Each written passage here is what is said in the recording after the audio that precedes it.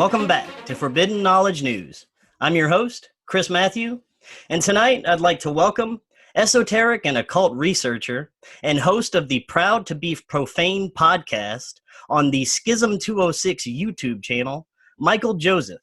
How you doing tonight, Michael? Great. How are you? Thanks for having me on. I am excellent. Thank you for coming on tonight. And you do an excellent job on your channel. I always wonder, how the elites view their doctrine and their beliefs and how they impose it on us. And you do a great job of kind of dissecting all this information. But before we get into any of it, I'd like to get a little bit about your background and what got you started doing this. Sure. I'll try to keep it the short version, but basically, I would guess around the time of the Boston bombing, that's when I kind of woke up to some of these suspicious things around the media events, especially the big ones like that, 9/11, whatever.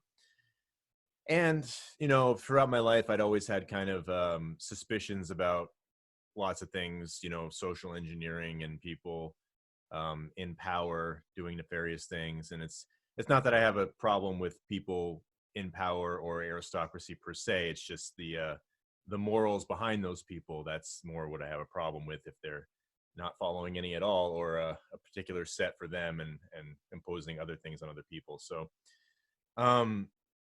it wasn't really like a shock for me. Like, it broke my world down and I had this cognitive dissonance. It was almost like more like, oh, wow, this makes a lot more sense. It's like, so what ended up happening was,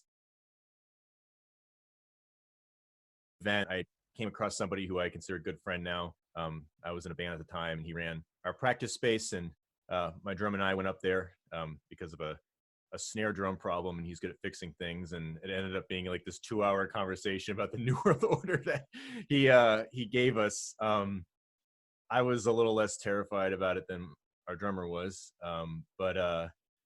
So from then on, it was just like, that's just something I never really heard about. But it was interesting. And then, as tends to happen, you start noticing things, or you sort of seek things out, but things also kind of happen organically, and then I started stumbling across some different researchers, like Mark Passio is one of the original ones where he talked about occult aspects to 9/11 and just in general. And, I'm the kind of person that I listen to a lot of different viewpoints. I don't necessarily agree with them all, or maybe at the time I'm open to it, and then later down the road I change my mind on certain things. But that was one of the people I watched the whole What on Earth is Happening in like just a few nights. Like I'm the kind of person that when I get into something, I really absorb a lot, and I just kind of get a little obsessive about it. And at that time I was working really hard to pursue music, and kind of had a delusional dream about being a professional musician that, in hindsight, you don't realize your delusion until you actually kind of pull yourself out of it. Hey, I've been there. I had that same delusion for a while, my friend. Yeah. I still do things. I mean, my YouTube channel originally, before all this stuff, was just me playing guitar videos like 10 years ago or something like that. So, so basically you absorb a lot from what you see on YouTube, where people are saying this and that, and you're not really doing a whole lot of research on your own. And then it came time where, you start asking some serious questions about what you're being given in the alternative or truther media world. And I started to kind of like, fact check, I guess, like some of the claims. And that's when I started reading a lot of this stuff. I kind of absorbed, I guess, the more esoteric worldview, where it's like, there's occult knowledge, it's not good or bad, but the people in control just use it the bad way. And then I sort of absorbed the more like Protestant Christian vibe on the conspiracy world, biblical prophecy, Book of Revelation, all that kind of stuff. And so to me, these are like what I now consider to be kind of like these two pillars of I kind of view it as like a dialectic. I almost view it like left and right politics. It's just on a different plane. That's where I'm at with it now. It took me a long time to realize that, and that's just my own personal perception on it all. But either way, I would be looking at both sides and seeing what they're promoting as, you know, who's the bad guys, or what's bad, how does the evil work, and then what's the solution, what's the good thing. And I found some things that were pretty interesting that they tended to agree on without even really knowing it, and then some things that they would kind of bash each other on, but they kind of misunderstood other aspects of their viewpoints. And so it's kind of like both sides kind of slandering each other for things that I didn't really think they deserve, but at the same time, I sympathize with both sides on certain aspects. And so I was caught in that middle ground between those two pillars. And the work that I've done recently has sort of been unifying them and looking at the battle of Western civilization with like the old world order and the Catholic Empire versus like the New World Order, which I think is more in line with like Talmudic Judaism, with a lot of these esoteric, I guess, occult viewpoints as its religion for the Gentiles in a way. So that's kind of where I'm at with it all now. Very good. Now, would you agree, based on your research, that these elites and the powers in control have used their belief in their religion to sort of steer humanity in which direction they want them to go, whether it be in the ancient times with religion, and eventually with politics, and now they have media, and they're not hiding it much nowadays. But give us your thoughts on that. Yeah, it's a complicated issue because really that's what I kind of realize, is that religion drives our world, and depends on which viewpoint is more prominent. Sort of like these scales where after Constantine allows Christianity, and with the Edict of Milan in 313, that's where the Catholic scales are weighing down, and that's the first 1,000 years of Christianity and the European Christendom. And then around the times of the French Revolution, the American Revolution, things are kind of at that equilibrium point. There's both power on both sides, and then the New World Order starts weighing down the other side from then on out. And now I think we're in the kind of the really heavy influence of it. And so with the esoteric aspects in religion, I think that it's sort of like an esoteric, exoteric thing, but I think that that's actually applied to things like Freemasonry and Theosophy and stuff like that, where they claim they have the esoteric knowledge, but I actually think that they're just what I call a golem of more like Talmudic Jewish Kabbalah at the top. And so when you talk about like utilizing these things and things coming out of Hollywood and stuff like that, I think that this is sort of part of these sort of Kabbalistic end times prophecies, where they're indoctrinating people into this religion that is it's sort of like, in a way, it mirrors the idea of Christianity, whatever you think about it, Christ's death opening things up for the Gentiles. And now it's almost like a reversal of that, where it's the Talmudic Christ or anointed opening up their secret doctrines for the rest of the world. And it's pretty interesting that there's this association called Universal Kabbalah through B'nai Baruch. And if you read some of their end times prophecy stuff on their version, this is like, they're trying to give a universal Kabbalah to the world. They're talking about the evil forces of Rome, the Roman Catholic Church and stuff like that, uniting against basically Israel.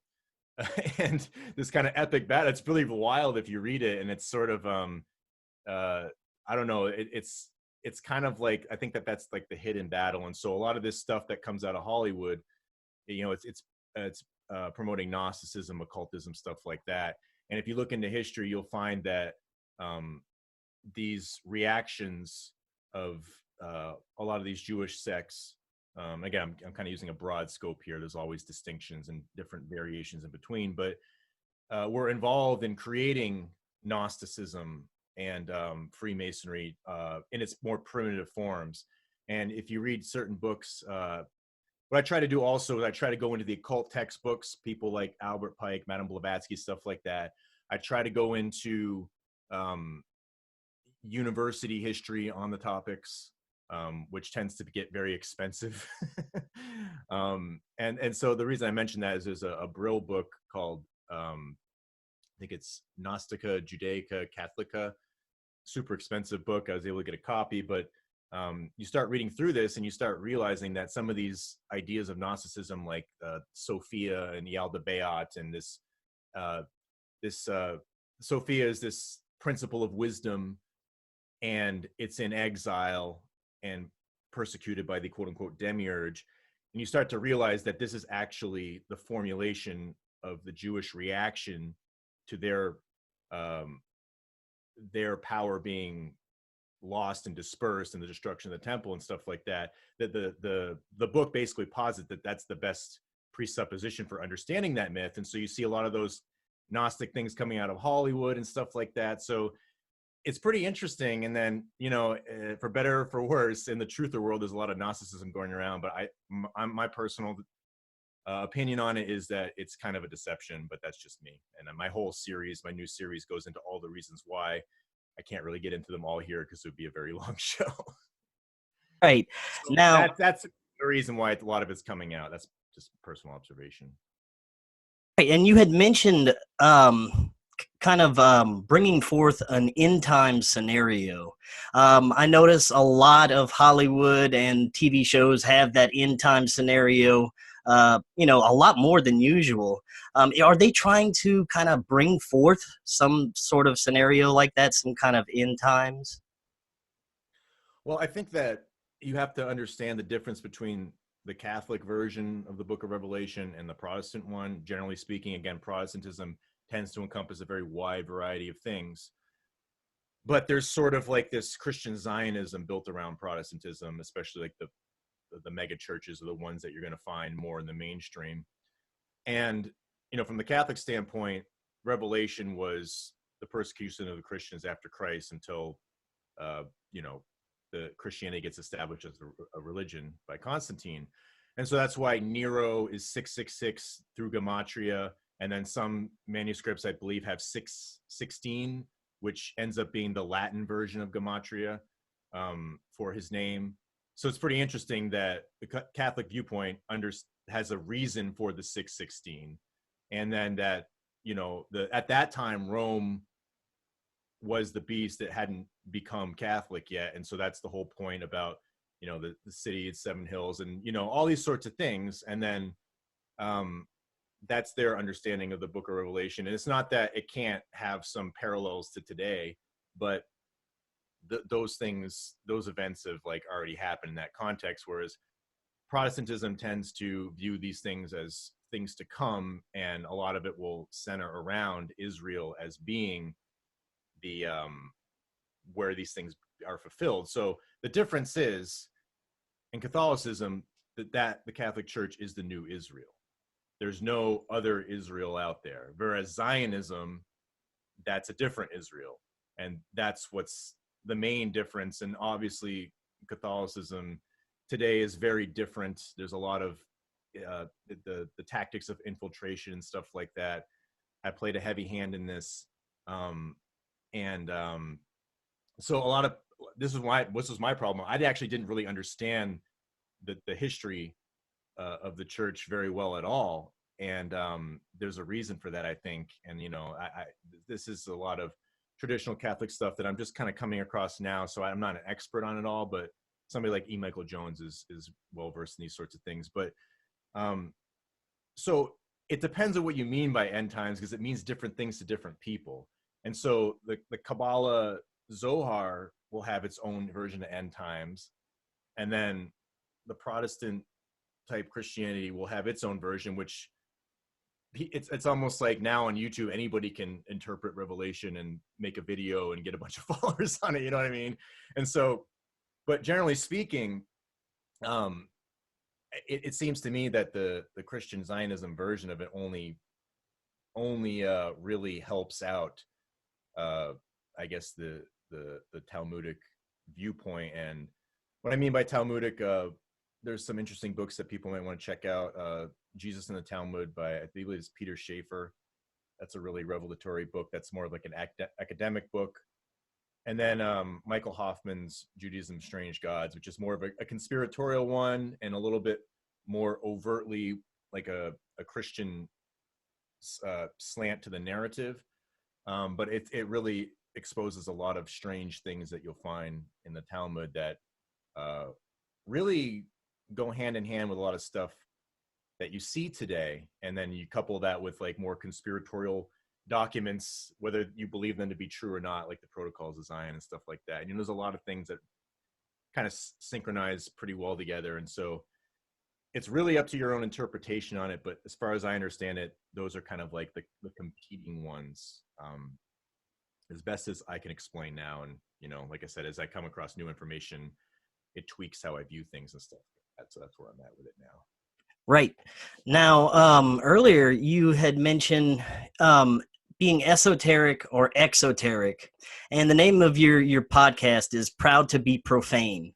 Kind of, for those who may not know, what's the difference between esoteric and exoteric, and what it is to be profane? Well, generally speaking, in like, I don't know, Theosophy or Freemasonry, the profane are the ignorant. They're ignorant of the secret doctrine, or, their understanding of reality, which they believe to be the truth. And so most of that is tied from those viewpoints to the idea of an impersonal deity that is it's outside of creation, but it's also impersonal to creation, and it's just sort of this emanating oneness or principle. It's the Ein Sof of Kabbalah, Parabrahma of Hinduism. There's different names for it, but this is like in Kabbalah, there's like a tree of life, which is like the visible world in the universe at the top.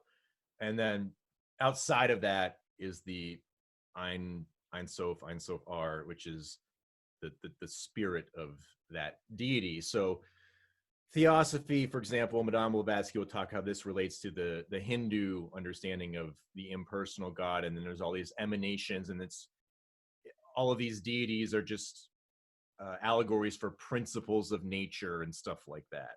And then there's like a hierarchy or a chain of these principles. And part of that associated with like ritual magic is like tapping into these principles and stuff like that. So this is why like the Gnostic system of aeons and stuff like that kind of corresponds with this. And Hinduism, according to her version of it, again, they tend to co-opt things and make things unify, but there are distinctions and other viewpoints that they tend to leave out that are kind of important. And so that's kind of like the biggest thing, versus what's profane is like belief in a personal deity. And what's pretty interesting is that usually there's pagan concepts to that. So for example, the God of Catholic Christianity is seen to be a personal deity, and Eastern Orthodox too. People like Jay Dyer do lots of debates around this. Had Jay on the other night. Oh yeah. He's very good with like debating these philosophical aspects of it. I'm not so much as good with like the hardcore philosophy. I like to I'm more of applying it to social situations, engineering, and history. But either way, the personal deity is what is profane. And so that is sort of my kind of joke on the podcast, Proud to Be Profane, because I don't accept the Theosophy or Freemasonry as the truth. I think there's things within it that have some things that are true or profound or insightful, but as a whole system, I certainly don't accept it. And a lot of that had to do with my personal delving into the readings and philosophies, where at one time I was very open to it all, and so that's part of it. But then also any religion that is tied to that, and especially Christianity in particular. So if you want to talk about the Satan or the adversary of occultism, it would essentially be like, you know, the Catholic Church and the Christian Empire. And so this gets into the strange breakdown through the Protestant Reformation, and then leading up to the Enlightenment, and then leading up to, like, you know, the New World and the Anglo-American Empire, and you know, basically all of those kind of deistic Enlightenment principles that the country was founded upon. And so you'll see it's kind of interesting, like the Protestant Reformations in 1517, I believe. Then 200 years later, almost like right on the mark, that's when Freemasonry officially starts, 1717. And then 200 years later, that's when you have the Bolshevik Revolution in 1917. And so it's almost like the breakdown has been like the Protestantism was the first phase, and then the Masonic deistic Enlightenment principles, and then the Jewish Revolution through the Bolsheviks and stuff like that. So that's kind of like the reversal in a way, or the scales, you know, changing. So that's how I understand it. And the profane, like I said, there's buzz terms for it. I actually look at, there we go. This is from a video I've been had it out. This is the devil card in tarot. So this is an hieroglyph for ignorance, darkness, superstition, stuff like that. And all of these are Enlightenment buzzwords to describe the first 1,000 years of Christianity, or the Middle Ages, or the quote unquote Dark Ages, as they call them. But what's also very interesting about that time, at least the first 1,000 years, is that, you know, there were usury laws. It was prohibited. There was no fractional reserve banking, and Jewish power and oligarchy was kept in check. And that was the teaching of Catholicism. And so how interesting is it that we call that the Dark Ages now? And the Enlightenment illuminates or enlightens those Dark Ages. And this is really about the French Revolution and all of these sordid things that were going on there, which are documented by Augustin Barruel and Memoirs of Jacobinism, where you start reading the letters from certain people like Voltaire, Frederick the Great, and all of those people.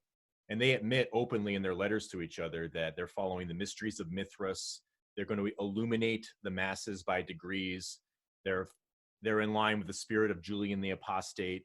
They actually are creating the encyclopedia as a propaganda tool to start changing definitions over time, to install philosophy and basically destroy Catholic France through the Revolution. And you know, then those ideas spread out, and then the Jacobins take over, and they're like the crazy Antifa back then, and people start getting beheaded, and all this bad shit goes down. So that's an incredible book to document a lot of this.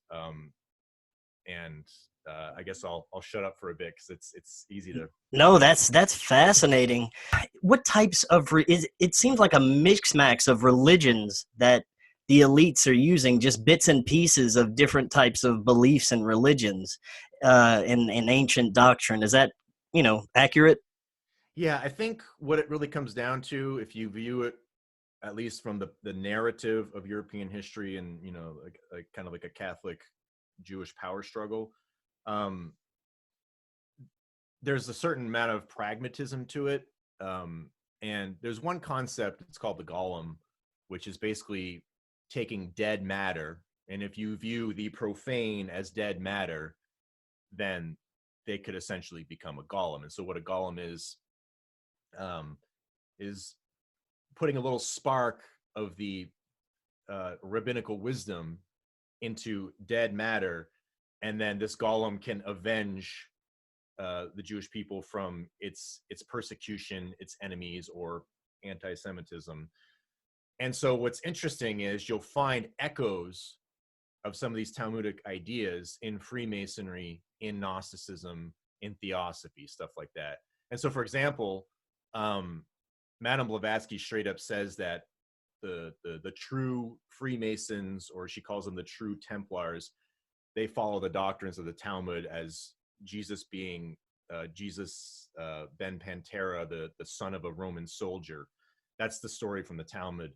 But they don't view it as they're kind of missing a component where the Talmud is very polemical to Christ, or they call Jesus the Nazarene and stuff like that. And that's why Jesus in the Talmud, if you read that book, it outlines this clearly. Now, there's a lot of excuses that are given in saying, well, that's not the Jesus of the Gospels. But the guy who wrote that book says the onus is on them to prove that. And basically that's sort of like a way of getting around it. And so what's really interesting about it is this is confirmed in the Gospels too, whether you believe them, you know, whatever you believe about Christ or Christianity. I'm just talking about the battles here going on.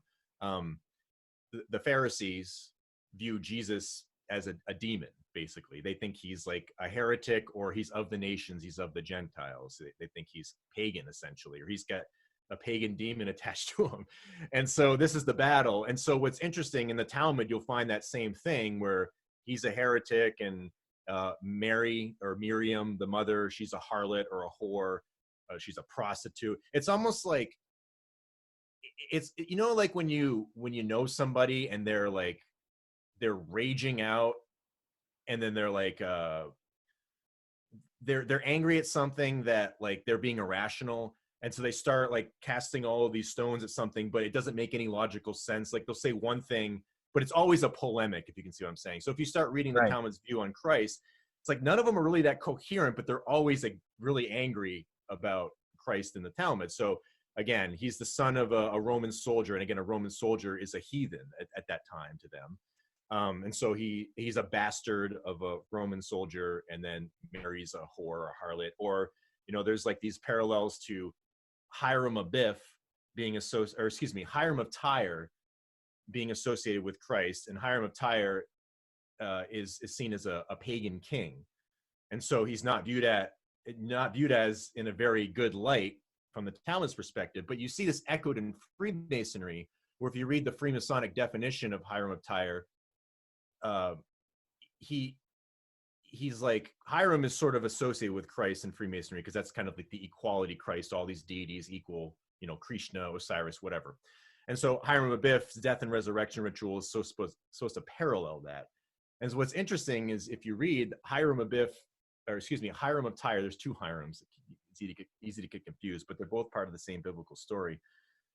Hiram of Tyre has like this Freemasonic wisdom, but he defers to Solomon. So he's deferring to, you know, the Jewish bloodline as being the one with the real wisdom. And so isn't that kind of interesting with the idea of a golem, where you see these echoes of Talmudic thought, but it's changed because Freemasonry will think, well, oh, you know, it's illuminating to understand Christ as the astro-theological one, that's Krishna, Osiris, whatever. And that's like part of the illumination process, but it's making him equal with everything else.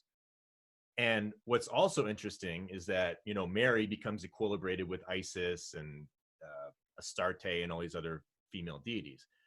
But you start to realize that Freemasonry and Theosophy revere the Talmud and the Kabbalah and all these sorts of things. And even Freemasonry admits that their doctrines go back to Philo as being one of the most important people involved in it. And he was from Jewish aristocracy tied to banking and mercantile bloodlines, omitted on the Jerusalem Post site.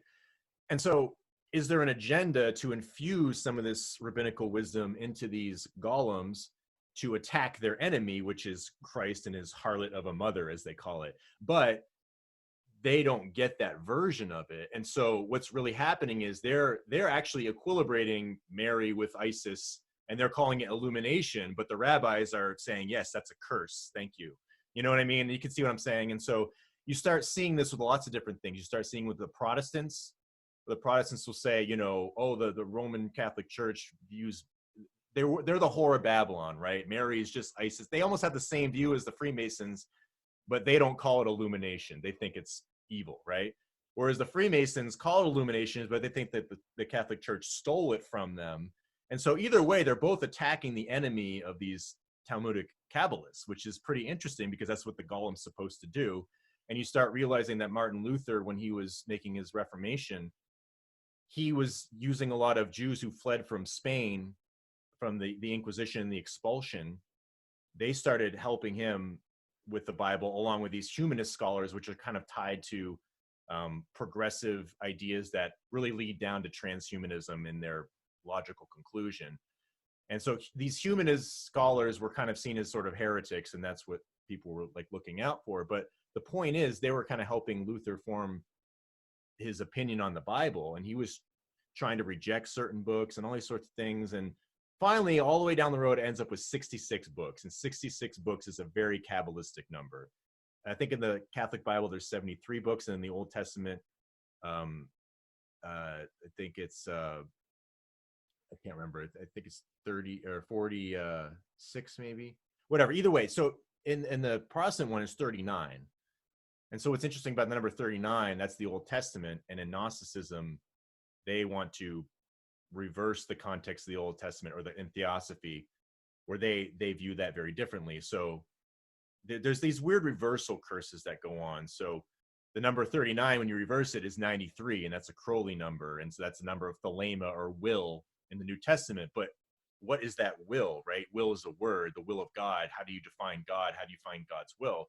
So the Talmudic elite's will of God would be very different than the Catholic's will of God versus, I don't know, whoever else's will of God, right? And so you start seeing a coherent pattern where the church is attacked in a certain way as being, you know, pagan and a harlot and all that kind of stuff. But then you realize that that's how the Talmud views it, and you see these sorts of Jewish influences that are formulating Freemasonry and Protestantism behind the scenes without people really knowing it. And then Martin Luther had a very bipolar experience with the Jews that helped him, where he was very accepting and open, and then all of a sudden he writes this book on like the Jews and their lives, which is seen as like one of these things that was fueling like Nazism or something like that. And so like way down the road, because, you know, it's Protestant Germany, and so it's just interesting to see that bipolar reaction. But either way, the result is 66 books of the Bible, and then Protestantism tends to be the most Zionist form of Christianity out there. And then you get into like John Dee and the Elizabethan Empire.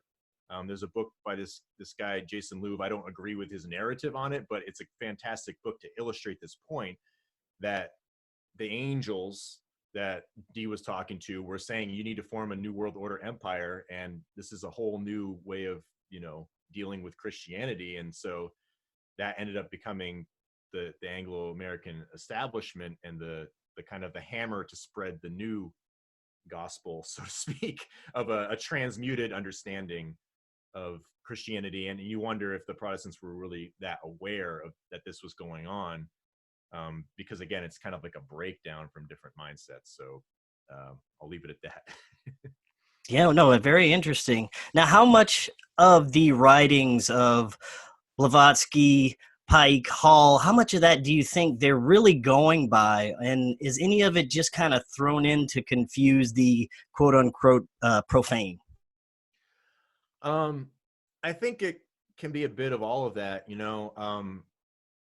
I think that it's created for certain purposes, again, to attack its enemies. But at the same time, there's sort of like, I'm sure lots of groups that are powerful that do believe in this stuff as being the truth. Like, for example, the United Nations, they're following the teachings of Theosophy, Madame Blavatsky, and this is openly admitted on their Lucis Trust Spiritual Foundation website. You can go read all about it. They talk about bringing the age of Aquarius and harmony through conflict and all these things. And you know, the Luciferian principle, the way they understand Lucifer, it's this active principle, this active fire that goes through the cycles of evolution and eventually will rise back up and create this, you know, utopia, or this unity consciousness, that kind of thing. So you got the UN, which is kind of an important organization, following this teaching. And I would argue that there's probably a lot of people there that actually believe in it, but perhaps the people who are really trying to influence that institution don't necessarily believe all of that, but maybe they were like the creators of it for a purpose, right? Because, like, you know, again, there's a lot of attractive sounding things. There's a lot of nice sounding things that sound philosophical. They sound humanitarian. it sounds very nice. I'm not going to, and I think that also Freemasonry and Theosophy are attacked in unfair ways by overzealous Christians, especially.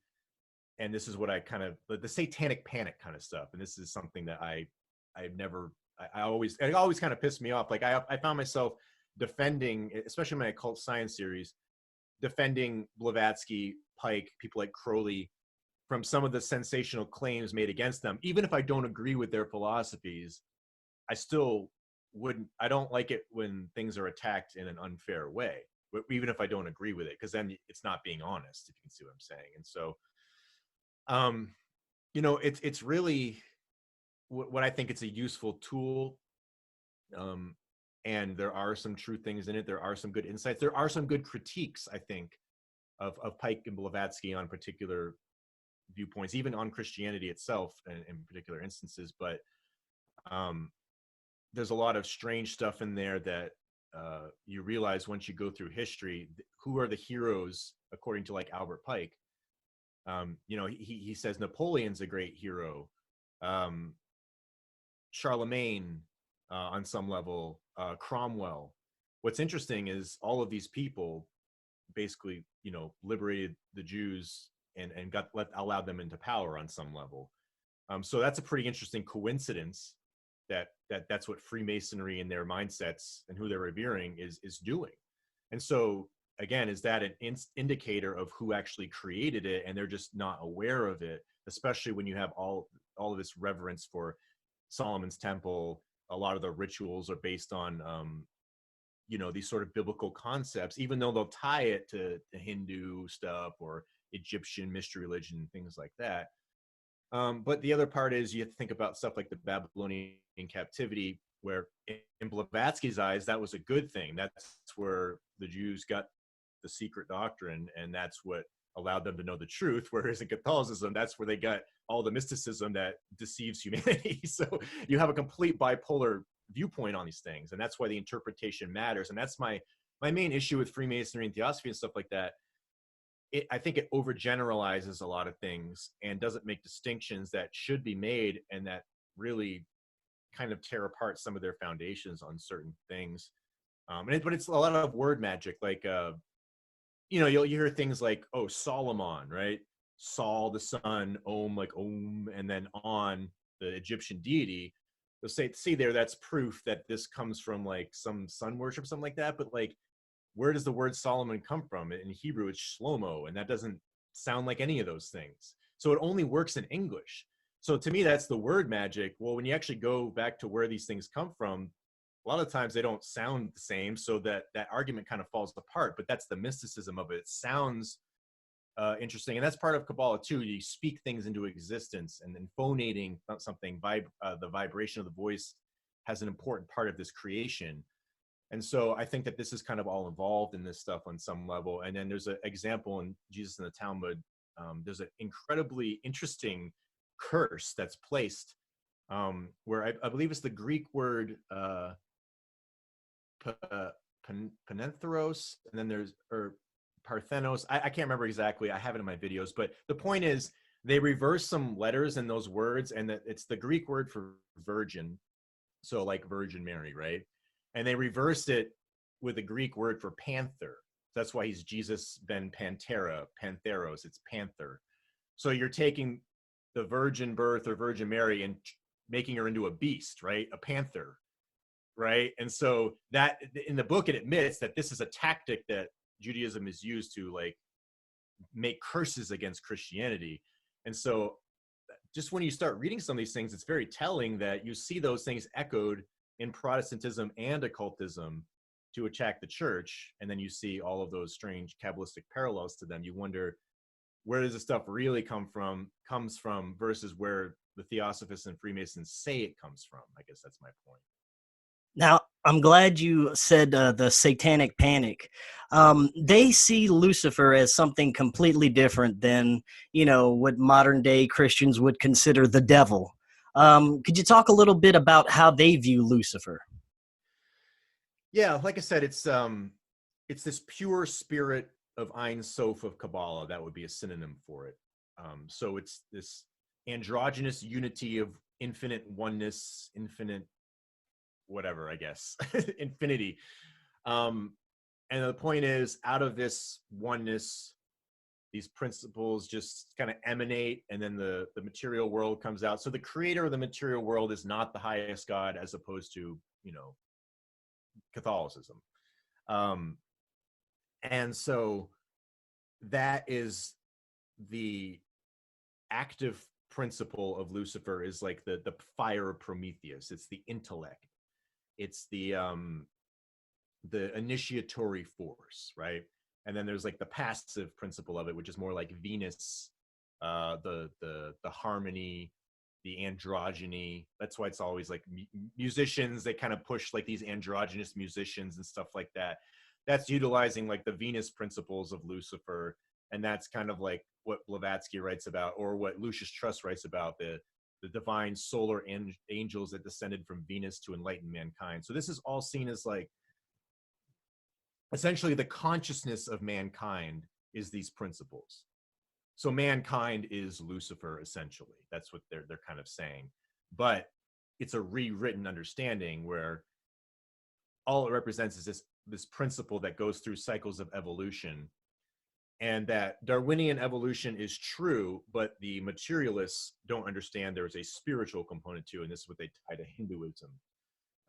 This Hindu evolution, reincarnation, man becomes a rock or a plant or an animal, and then humans or something like that.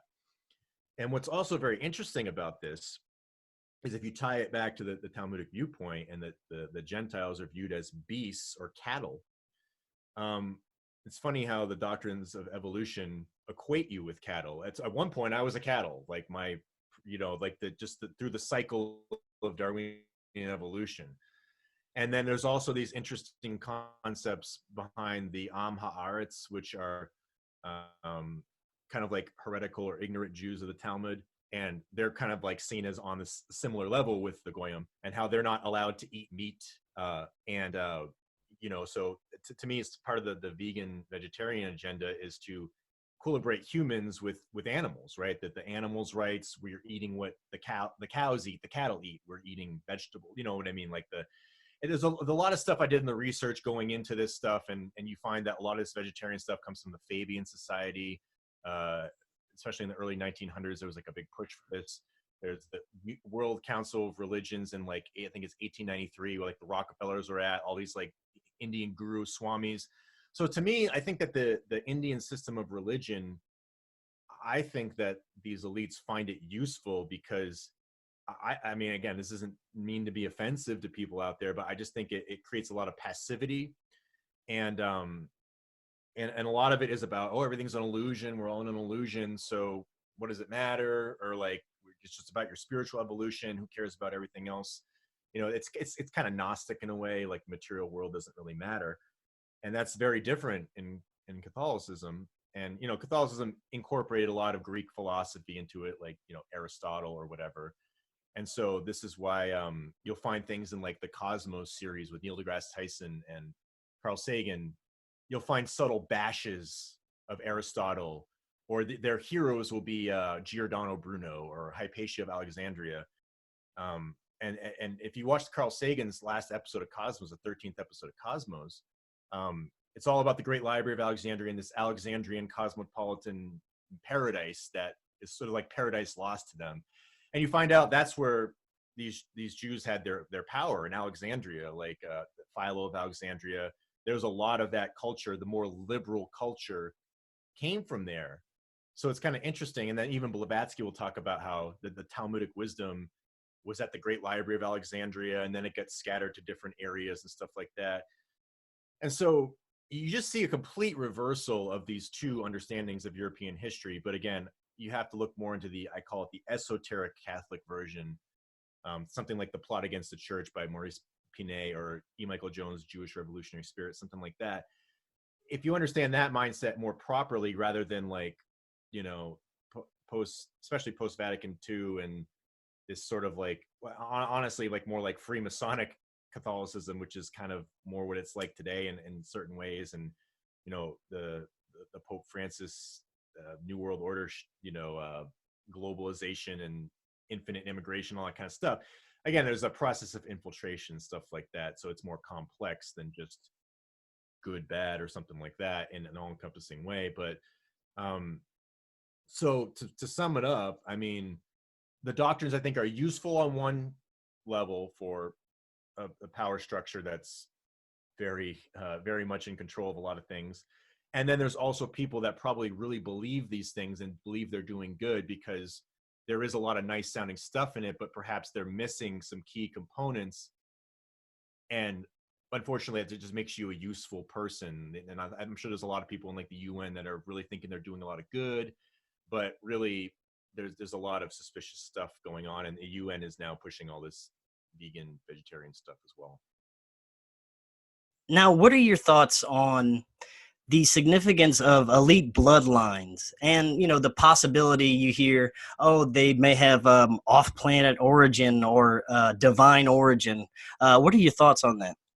Well, I think the bloodlines thing, I don't get too caught up in that in some all-encompassing way, because there's sort of this tendency, and again, I think that this is sort of like a trick, an alchemical trick, because alchemy is about equilibrium. You're taking two opposites and you try to equilibrate them and transmute a mindset.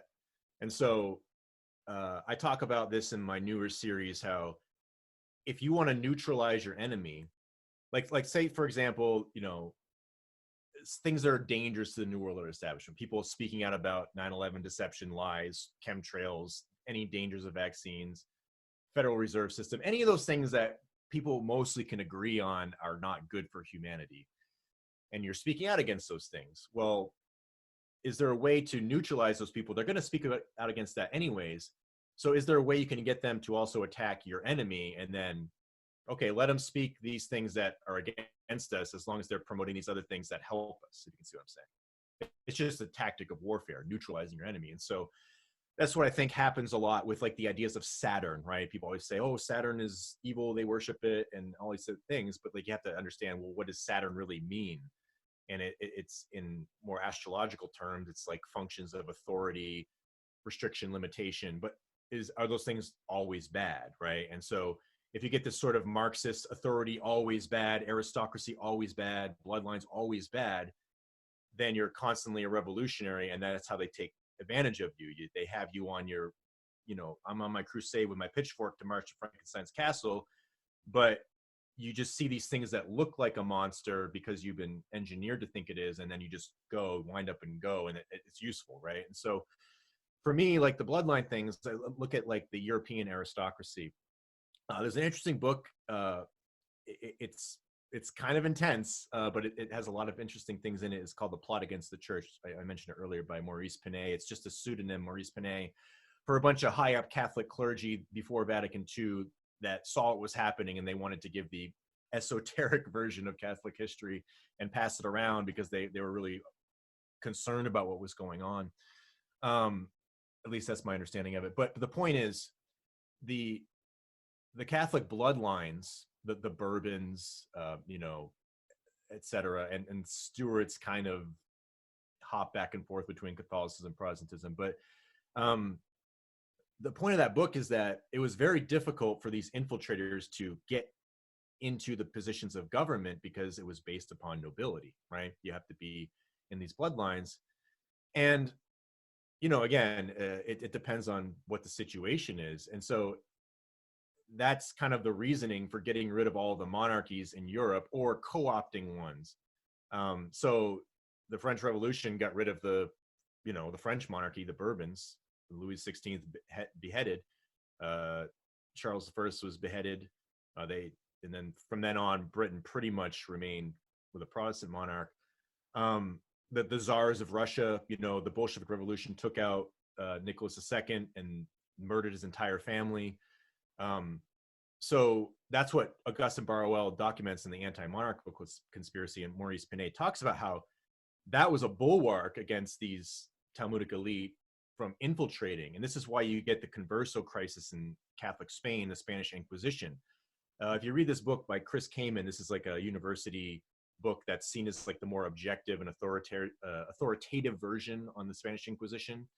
I've read the whole book, and it's very interesting, and it is very objective. But one thing that's very funny about it is that this guy, this author, he got a special visit from Ben Zion Netanyahu, which is Benjamin Netanyahu's father.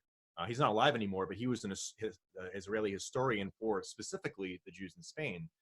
And basically, that Ben Zion Netanyahu influence came in to basically promote, and especially in the first 3 chapters, that there's no evidence of any Jewish conspiracy to infiltrate the church. And I'd say that's a conflict of interest if you have the Israeli prime minister's father telling you that this is how you need to view the Jews in Spain. No Jewish conspiracy, right? And so this was why the Inquisition happened to begin with. It had nothing to do, the Inquisition couldn't do anything to people who were Jews. The Jews lived by themselves, and they were allowed to live by themselves, and they weren't supposed to harass them as long as they, weren't stirring up any problems. And the same thing with the Muslim communities. And you only got put in the Inquisition if you were a Christian and you were, committing heresy, right? So they weren't just hunting down pagans. The pagans weren't Christians. So like people have these misconceptions, like the Inquisition just looked for any free thought and just burnt them. You know what I mean? Like that's kind of the view we get. But what really was going on was that there were Jewish people converting to Christianity, and and some of them were sincere. Some of them might not have been. And some of them that might not have been actually plotting to overtake it because they were left in, the pogroms. And so what's interesting is then all these people start converting, and then all these, the shitstorm starts happening. And so that's the whole point of why the Inquisition came about to begin with.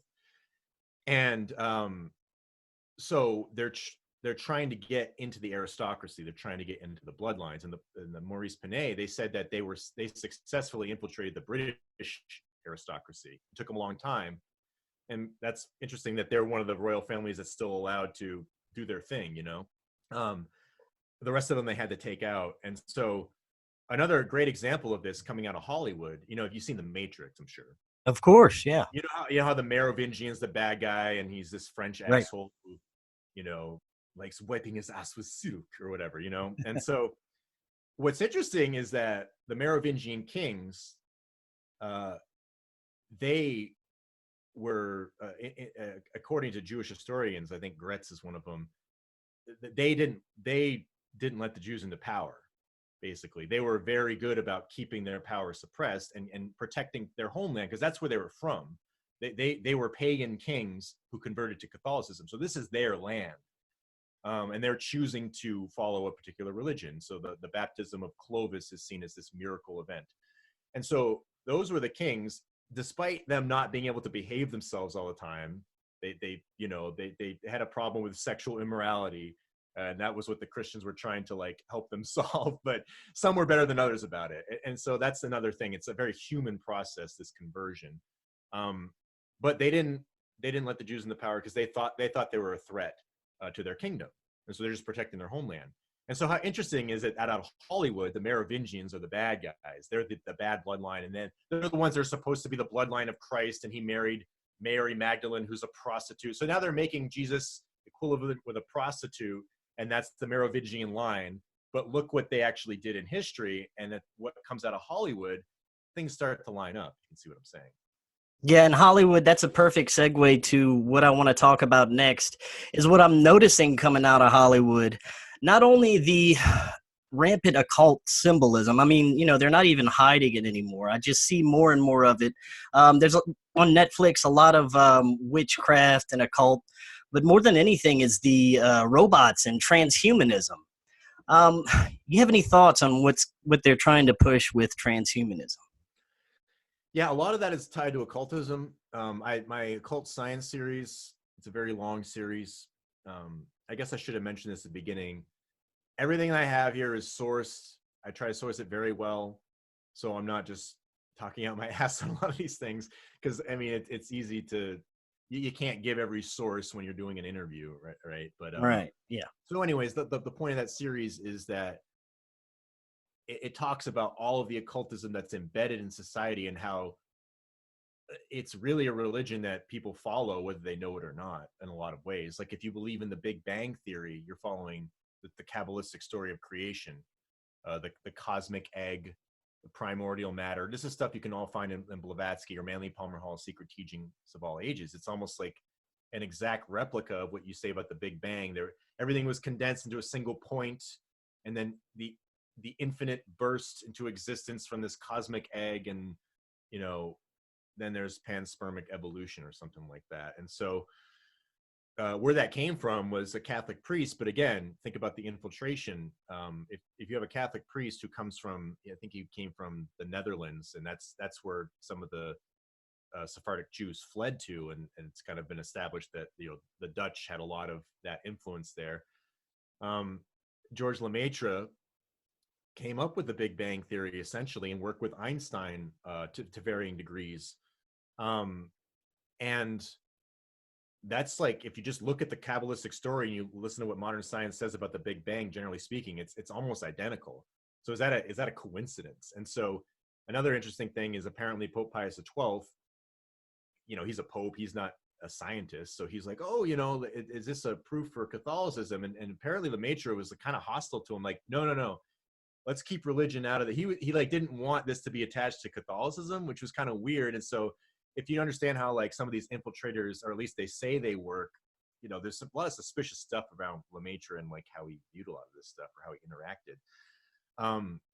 But anyways, so all that stuff is tied into transhumanism, because that's just the natural evolution of man, right? If we're all just this active principle and everything is this pantheistic oneness, that's essentially, again, the active principle of Lucifer. Well, why not transfer your consciousness into something made by the Promethean intellect of technology?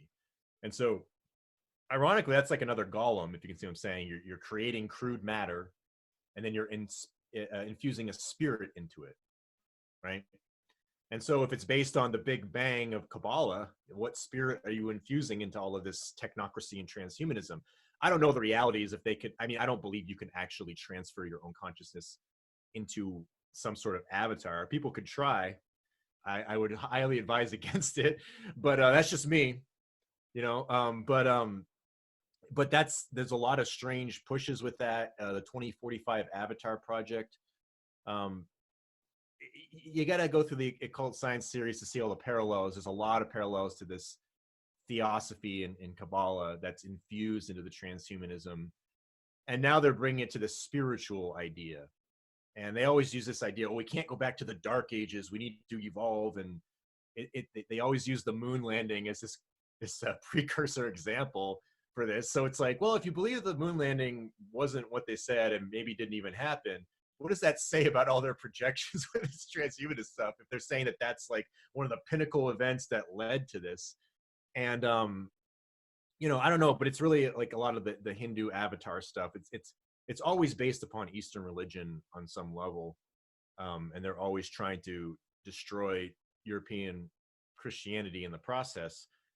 And that gets into all kinds of different things. But yeah, the Golem and the Adam Kadmon of Kabbalah, that's kind of a similar principle. And then the last thing I'll mention about the transhumanist stuff that's pretty wild is in Blavatsky's writing, she talks about this Promethean prophecy, because Prometheus is a very important figure. And the allegory is he steals the fire from the gods, or he gives you the gnosis, and that evil demiurge doesn't want you to know about it, right? And again, the demiurge is just an allegory for Catholic Christian empire. And so he's the liberator. He's the revolutionary liberating figure. And so that spark of intellect, I mean, that Prometheus is right outside of Rockefeller Center. And that's the point of my Occult Catholicism series, is that Rockefeller Center was built in direct opposition to St. Patrick's Cathedral at a time in the 1800s where there was a lot of Catholic immigration and Catholic Church was kind of rising in prominence. And you have all these Protestant polemics during that time about, Romish plots and all these sorts of things. A little side tangent, but that's the point. That, the Rockefellers are one of these WASP establishments that's kind of paved the way for 9/11, and they're the ones that built the Twin Towers, right? And then it got transferred over to Silverstein or whatever. And so you could see the blending of all polarities into one, which is their understanding of God. So you know, this is why you have all the weird gender shit going on. You have all of the race mixing that is, I don't have a problem with that, but it's promoted and it's encouraged and it's, you know, it's overly represented, it's overly pushed, right? It's the agenda driving it to, you know, destroy Europe basically with mass immigration and all that kind of stuff. And so, you know, who wants to destroy Europe? The monotheism in Europe, and you listen to people like Barbara Specter talk about this, and they say point blank, you know, the Jewish people are going to be spearheading this movement to bring immigration into Europe.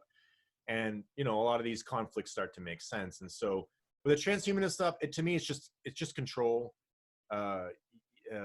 People getting, I don't have a problem with technology per se in and of itself, depending on, there's a certain ceiling, say, I would hit with it, but like, I don't have a problem with somebody owning an iPhone, but the problem is if people don't have moral restrictions or they don't have discipline, they're going to be enslaved to it. And I find myself struggling with this just like anybody else, and I try really hard not to, but you know, they push this all in Hollywood. Everything is becoming androgynous, right? Merging the sexes, and this gets into, again, the occult deity is this androgynous Abraxas. And so as above, so below, it seems like they're trying to bring that spiritual concept to human beings. And sometimes I just wonder if like the transgender stuff with like Bruce Jenner, who apparently grew up in Newtown, Connecticut, where the Sandy Hook event took place. Very strange. You know, he's like the poster person for this. And you just wonder, is that just a way of debasing society, and let's see what we can get, you know, Western civilization to do, because we hate it, you know, and so let's destroy all of their relationships, get them all obsessed with sex or this or that or whatever, and destroy the culture and debase it. And the more stupid they get, the more we'll be able to dominate and have our control. And then the technology is just to push to do that further, you know. That's what's kind of scary about you know, the stranglehold that it has over us, because if you look into like the Noahide laws and stuff like that, I mean, George Bush signed those into American laws and acts in 1991, around when he had all those New World Order speeches, right? So what New World Order was he talking about when he's signing in the Noahide laws? And those things are, you know, on the surface, they sound nice. It's like no idolatry or whatever, but idolatry to them is Christ or Christianity, right? Because we talked about it, like he's a pagan demon according to them. And that's the whole point of the Gospels. It's like the Gospels corroborate the Talmud, but in the inverted way. And so, you know, that's something to consider. And also weird things about the Noahide laws, like they're for sexual morality. And, you know, that tradition, homosexuality is bad. So you wonder if a lot of this push for LGBT stuff is actually trying to destroy American values, and then once they've done their bidding, they're just going to turn on them. So I would actually be, if I was an LGBT activist, I would protest the Noahide laws. Why isn't anybody protesting those? And then also I think they have to do with like preventing witchcraft or something. So you wonder when people get into like tarot and stuff like that in a divinatory way, right? Rather than like the psychological way.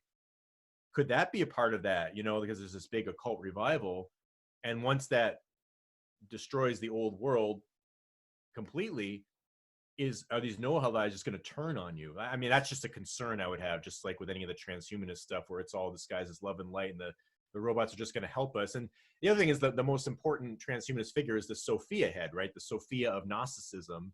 And it's just the face, and the face is the top sphere of the Tree of Life in Kabbalah, which encompasses all the other Sephiroth. So, you know, again, go in the transhumanism stuff and the end of the occult science series, and it gets pretty wild. Definitely. And you had briefly mentioned Sandy Hook. Now, you hear researchers talk about the possibilities of occult aspects to this, maybe even ritualistic aspects to large events like 9/11, even the JFK assassination. I know you've done some research on this. What are your thoughts on that? On any of those events, or Sandy Hook in particular? It could be any of those. I mean, just okay. If anything, you know, particular sticks out in your mind about one of those events in particular, we can talk about that.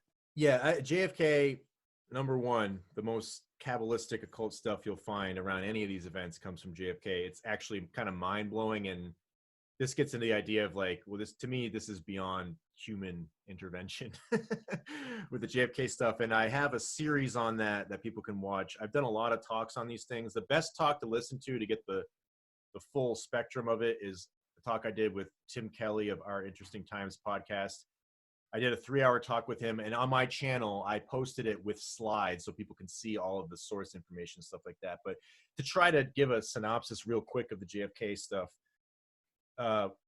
number one, Dealey Plaza is shaped like the Kabbalah tree of life and reflects the Masonic temple. The directions correspond with this. The best example I can give is outside of the layout itself. There's 3 pillars of Dealey Plaza. There's Commerce Street, Main Street, and Elm Street. And so Elm Street would be the north pillar, the pillar of darkness. And you wonder why Nightmare on Elm Street. Elm Street is kind of like always have a negative connotation. Well, that's the dark pillar on the Masonic temple if you transpose it onto Dealey Plaza.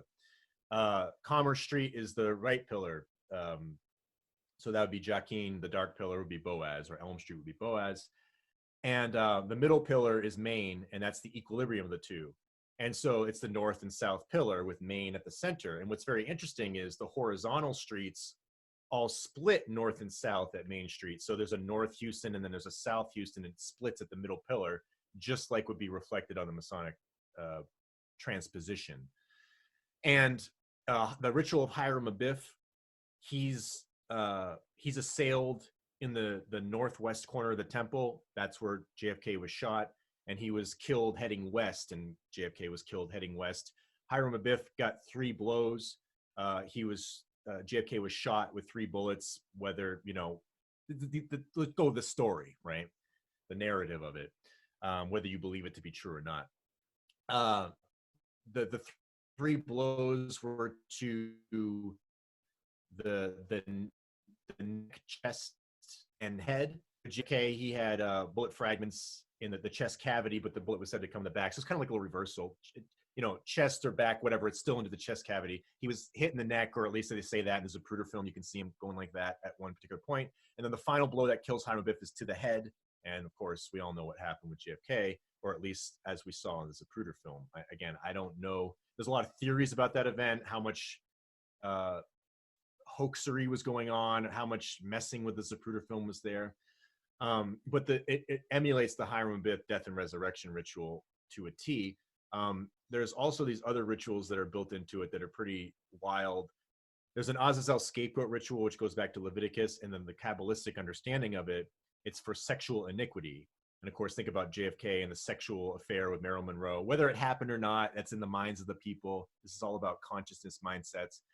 And so she's like the woman in red, the seductress. And then the other part is, if you read Carl Jung's alchemical writings on Mysterium Conjunctionis, I think it's volume 14 of his collected works. I'd have to double check that. But all of the alchemy, there's this concept of an alchemical transmutation of the king, and the king and queen in alchemy.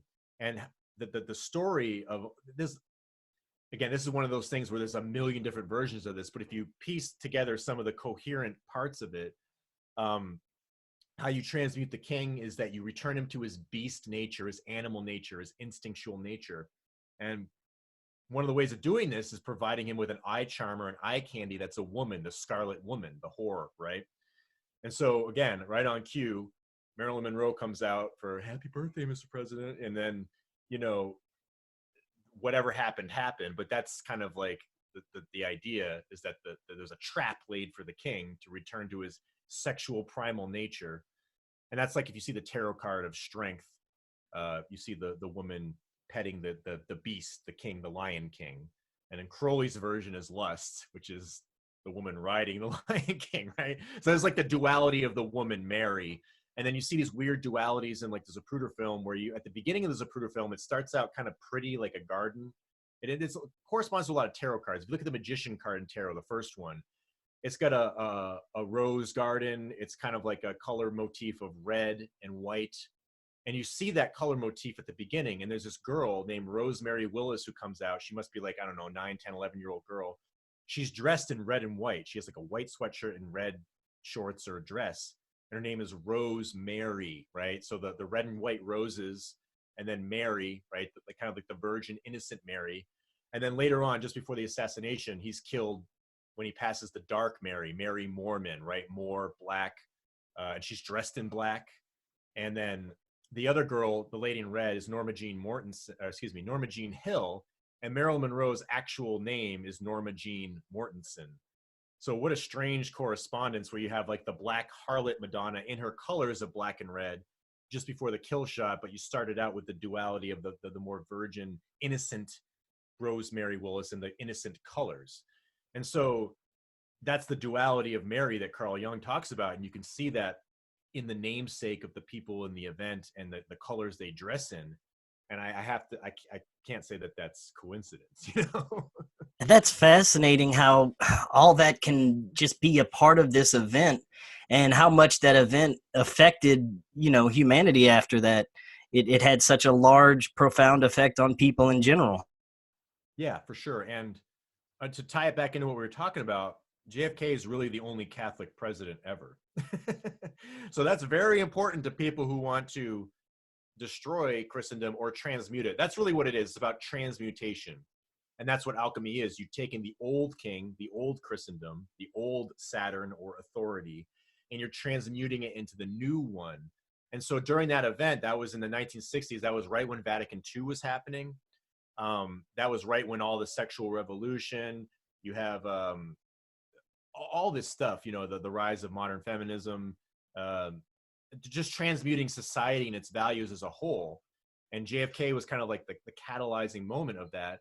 And you're basically taking the old Christ of Catholicism and you're transforming it into the new Christ, which again, the Talmud, they refer to the Talmud as God in the flesh, or the Alpha and the Omega. These are all terms for Christ, right? And so if you're transmuting Christ, then you're going to use all these Christ symbols. So they have the Hiram of Masonry, that's Christ to them. You have the death and resurrection of Osiris, and you have this ritual based upon Io, Isis, Apophis, Osiris, and Crowley magic. There's a lot of Crowley stuff involved in this. The Daily Plaza North and South routes are 77.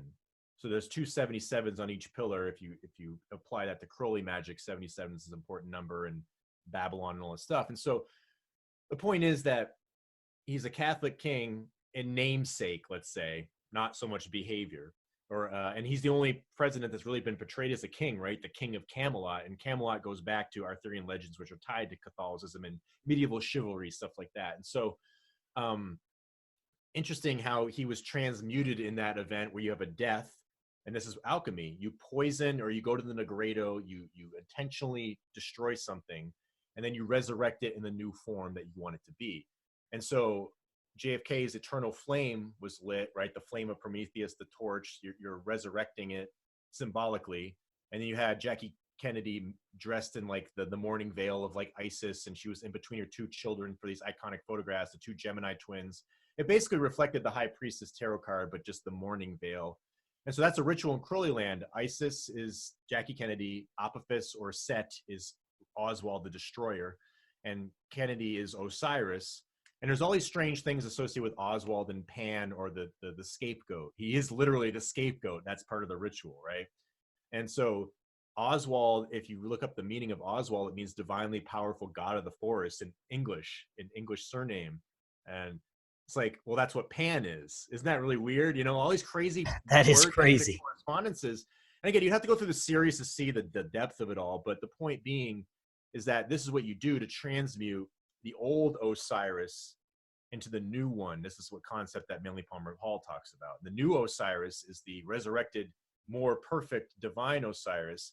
And so to me, this is just simply the Apollo 11 moon mission, because JFK was the one who initiated everyone into the idea of going to the moon, whether people believe that we did or not. He was the initiatory force, right? We choose to go to the moon. And so that was fulfilled through the Apollo 11 event, allegedly.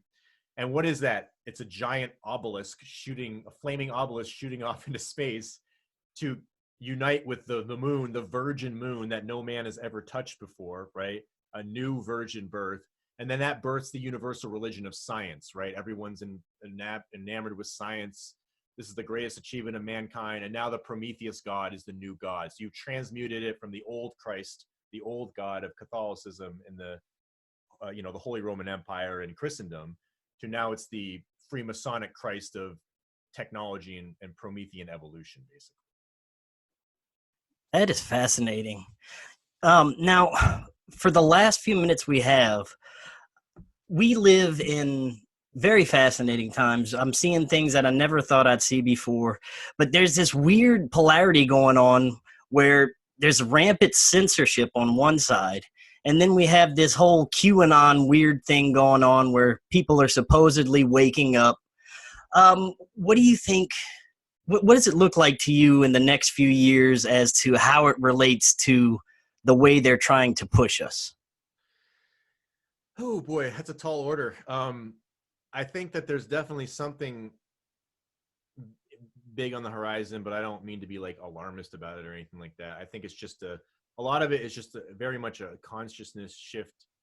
And I also, I do astrology. I'm kind of on hiatus right now, retooling some things, but I know a lot about astrology basically. And so there's an interesting cycle that's ending right now.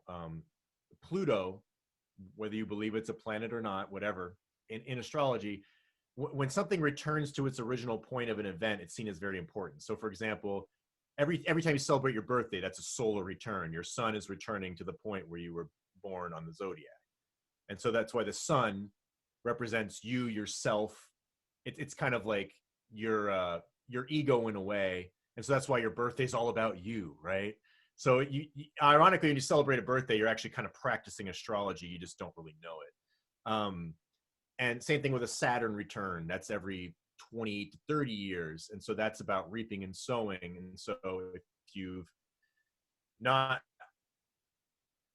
if you just kind of party your ass off, didn't really, take responsibility, you're going to get that back to you when you're 28 or 30. And a lot of people go through a crisis where, oh shit, I just kind of party a lot in my 20s and now I'm trapped because I don't have money or I'm in debt or whatever, college. It happens to a lot of people. I mean, it happened to me on certain levels, not to those extents, but probably a lot of people can identify with that. So the further out the planet is, the more intense it is. And so when you get out to the generational planets like Uranus, Neptune, and Pluto, they move very, very slowly through the zodiac. And so these are why they're seen as generational. They encompass generations. So for example, the 60s generation, Pluto was for the most part in the sign of Virgo. And again, Virgo is like the virgin or the mother, the church, right? That's the allegory of the church. It's the woman. And so you're transmuting the church during that time through Vatican II and stuff like that. So the divine fire, the divine spark, again, that's like, it's a burning bush basically. But how do you interpret the burning bush? The Talmud will interpret that very differently than Catholicism or, even maybe Freemasonry. But Freemasonry would probably be more in line with the Kabbalah. But the point being is that's like the divine fire of God. And so you're monitoring cycles. And I'm not espousing astrology in a divinatory way. I'm not espousing it in a predicting this will happen. I don't do any of that. To me, that's all, I don't jive with any of that. But the point is, this Pluto cycle, the founding of America, 1776, Pluto was in, I think it's 28 degrees, 29 degrees Capricorn, 27, I can't remember. It's around the end of Capricorn. So now it's coming back around where it's approaching its original point at the founding of America. So in theory, this event would be very important to America as a whole. And America really kind of dictates what the rest of the world does, where the American dream that everybody looks at, whatever you think about it, dream for some, nightmare for others. But so that's really like symbolically saying the divine fire of God, the real God, is coming around, and Pluto's a planet of judgment. And so what is, again, judgment's a word. How do you define it? What is a judgment to somebody? But these are some things to think about. The astrology correspondence is there, whether you believe in astrology to have legitimacy or not, but the elites certainly monitor it. So they might have their own viewpoint on judgment. They might try to enact some of that, but are they the ones who are really in control, and will they be able to do that? And I think that gets around to free will. I do believe, and this is in accordance with Catholic teaching, we all have free will. And that's why I don't believe in the astrology that says otherwise. I don't practice it. I don't mess with it. And people are free to do so if they want, but for me, that's just not what I do. And so I think it indicates there is a collective. We all have a relationship to the collective. And so our free will impacts the people around us. And so I think it's going to be an interesting time with that cycle, whether there is validity to astrology or not. The elites will be viewing it and probably trying to perform some shenanigans based on that. I don't know what it would be. But it could be also a time for powerful change if people, I think, get back to healthier ways of being and are able to view the deception. And I think, like you said, the QAnon stuff, even though I'm really suspicious of all those sorts of things, to me, Trump represents people at least looking back to tradition on some level, whether he's a complete puppet, whether he's sort of on the outskirts but still control, whatever you think about what he actually is, I don't even really care. I don't get Trump triggered when he says something stupid. I don't overly promote him. I just think he's there because that is just a reflection of the state of America. I think that's what I think the rulers kind of are. It's kind of like the collective people. It gets kind of like personified in a way in a ruler. So in some way, when you overly criticize the rulers, in some way, you're probably actually criticizing yourself, and you want to blame everything on the president, right? That's kind of a trap we all fall into. And so I think it's just simply a time where people are looking back and be like, you know what, maybe the way we used to do things was better and healthier. And everyone's telling us we got to move forward and do all this stuff. But I think we're seeing a lot of the things coming to fruition, especially the founding principles that our country was founded on. I'm not saying I'm not saying do away with the Bill of Rights or anything like that. I'm just saying that there was a lot of Freemasonic deistic principles built into the founding of America. And I think that some of those principles, despite sounding nice, are coming to their logical conclusion now. And we're seeing the monster that it creates. And we might have to rethink some of these things.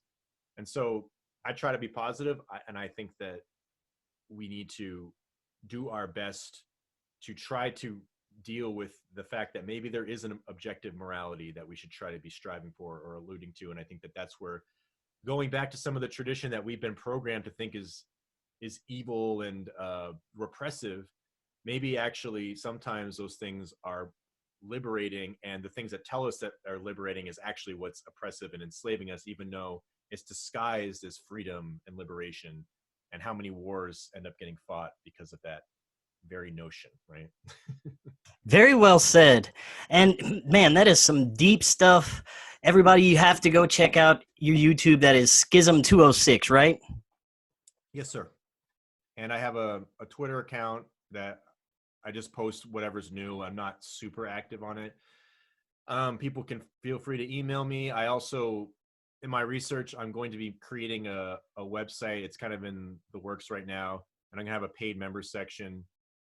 It's not going to be super expensive, pretty standard for what probably other people charge, and that will allow me to really dig into a lot of the stuff a bit better. And also the astrology stuff will be coming back at some point. So if anybody looks into the research, they like it enough to like be like, hey, I'm interested in the paid member section, or maybe I might be interested in astrology reading in the future, feel free to email me. I don't respond to comments. I don't have time. I need to try to get away from the computer as much as possible, but I am very open to people contacting me if they'd like. And so, you could follow on Twitter, subscribe on YouTube, and then look out for more stuff in the future with a whole new website and the paid member stuff. Definitely. Well, one last thing. The podcast, it's on hiatus right now. I think I have like 16 or 17 episodes. People can check those out. Again, some of the older content, my mindset has shifted a bit, but I think it's still relevant. And the best way I can describe it is, before, it was very neutral without any real narrative. It was just observing and connecting things and showing the connections and how deeply entrenched all the esoteric stuff is. And now it's more shifted to the narrative of the battle of Western civilization with, again, the power struggle of the old and the new world. I have my own opinions on it. You can disagree with them on it, but I do believe that that power struggle and battle is reality, regardless if you choose a side or reject both of them. Very good. No, that is great information. And I want to thank you again for coming on tonight. We're going to have you back on. Sure, absolutely. Thank you so much. All right. Well, you have a great night. You too.